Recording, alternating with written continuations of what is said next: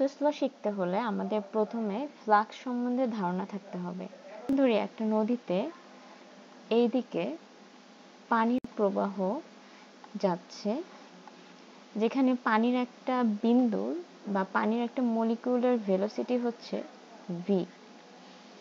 এটা তিনটা সিচুয়েশনের জন্য দেখব, যেখানে তিনটা সিচুয়েশনে পানির ভেলোসিটি এক। সো ধরি আমাদের কাছে চার কোণা একটা জাল আছে যেখান থেকে নেট বসানো। তো আমরা যদি এটা পানিতে রাখি, প্রথমে ওর এরিয়া থাকবে পানির ডিরেকশনের সাথে প্যারালাল, মানে ভেলোসিটির ডিরেকশন এটা এবং এরিয়ার ডিরেকশনও এটা। এই ক্ষেত্রে আমাদের পানির টোটাল প্রবাহ কতটুকু এই ফ্রেমের মধ্যে থেকে, সেটা হচ্ছে ভি ডট এ, যেখানে এ হচ্ছে এর এরিয়া বা ক্ষেত্রফল। আমরা যদি আরেকটা এরিয়া রাখি এভাবে, যেখানে পানির প্রবাহ এরিয়ার ডিরেকশনের সাথে পারপেন্ডিকুলার, তাইলে আমাদের ফ্রেমের মধ্যে থেকে কতটুকু পানি যাবে বা পাস করবে, এটাকে আমরা লিখব আবারও ভি ডট এ। আর এখানে আমরা একটা অ্যাঙ্গেল করে ধরো দিলাম ফ্রেমটাকে, তাহলে কতটুকু পানি পাস করবে, এটা যদি এ হয় এবং এটা ভি, এদের মধ্যবর্তী অ্যাঙ্গেল ধরো 45 degree, so V dot A.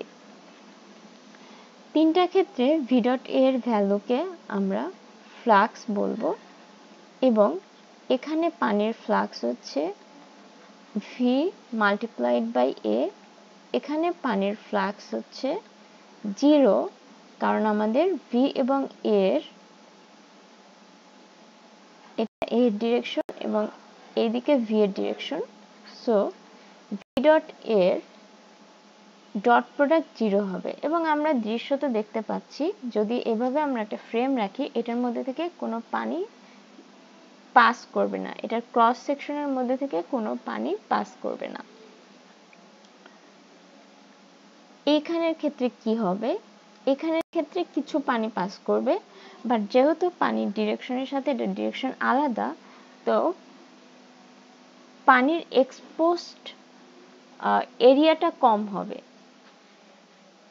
ধরো আমরা যদি এক্সপোজড এরিয়া আঁকতে যাই, এটা হয়তো এতটুকু হবে, বাট এটা তার থেকে বড়। সো এখানে আমরা যদি এটা লিখি v a cos 45 degree, so v a root 2। এখন আমরা জানি যে ভেলোসিটির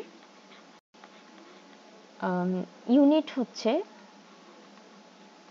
মিটার পার সেকেন্ড এবং এরিয়ার ইউনিট হচ্ছে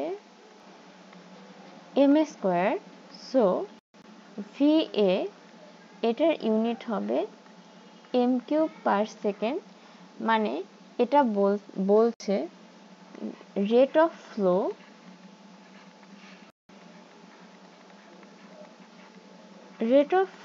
of water through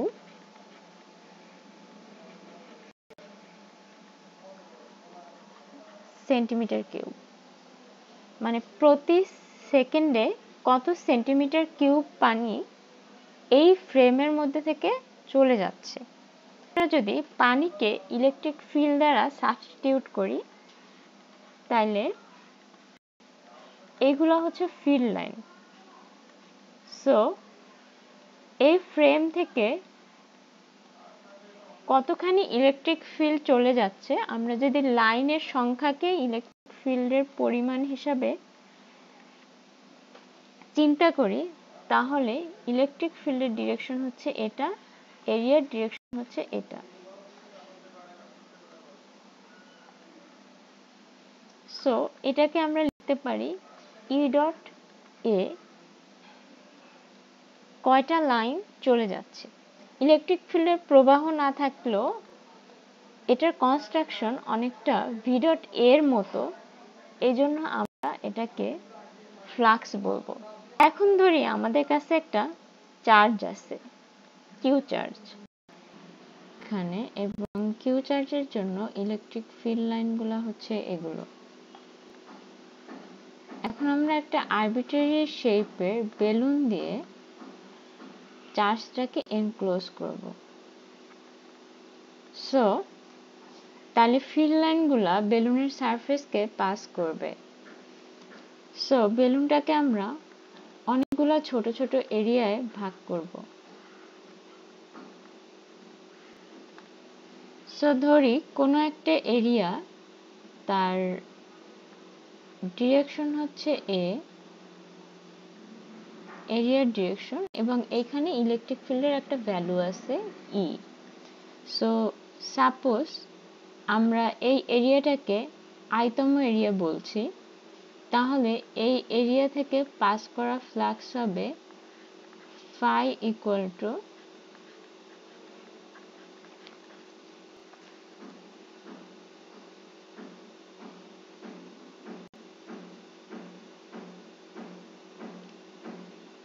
এবং এই বেলুন শেপটা থেকে টোটাল ফ্লাক্স কত হবে, এরিয়াগুলোর যোগফল। সো আই 1 থেকে n ei ডট ai।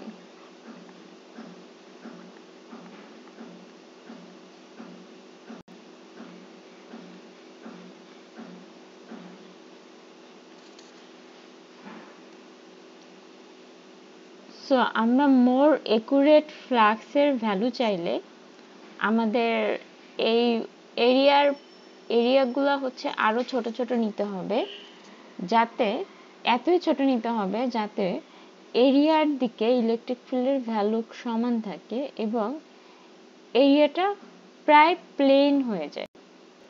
তাইলে আমাদের ভাগ সংখ্যা n না হয়ে সর্বোচ্চ ইনফিনিটি হবে। তখন আমরা ফ্লাক্সকে লিখতে পারি phi equal to closed surface E dot dA। Surface বলতে বোঝানো হয়েছে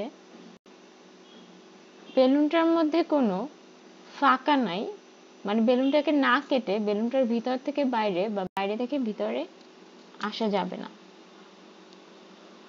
এখন আমরা যদি চিন্তা করি এই পাশের ছবিটায় লোকের এই ছোট প্যাচ থেকে বা ছোট এরিয়া থেকে যে পরিমাণ ফ্লাক্স আছে, এইখানেও অ্যাকচুয়ালি ইকুয়ালি পরিমাণ ফ্লাক্স আসবে।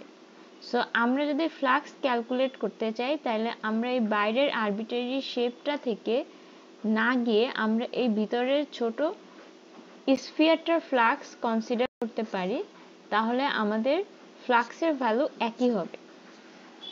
সো তাহলে স্ফিয়ারটার কোনো একটা পয়েন্টে ইলেকট্রিক ফিল্ড কত হবে, স্ফেরিক্যাল পোলার কোঅর্ডিনেটে লিখি স্ফিয়ারের উপরে যে ছোট এরিয়াটা, তাহলে এটা হবে আর স্কয়ার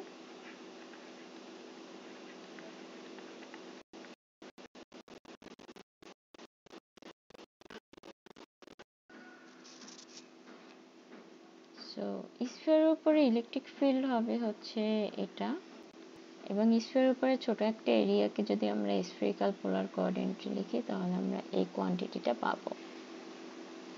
সো এটা সিম্পলিফাই করলে আসবে q enclosed by 4 pi epsilon naught into r square dot r square, r hat dot r hat 1 এবং r square and r square cancel out করবে। সো থাকবে হচ্ছে এটা, যেখানে থিটার ভ্যালু 0 থেকে পাই এবং ফাই এর ভ্যালু 0 থেকে 2 পাই। সো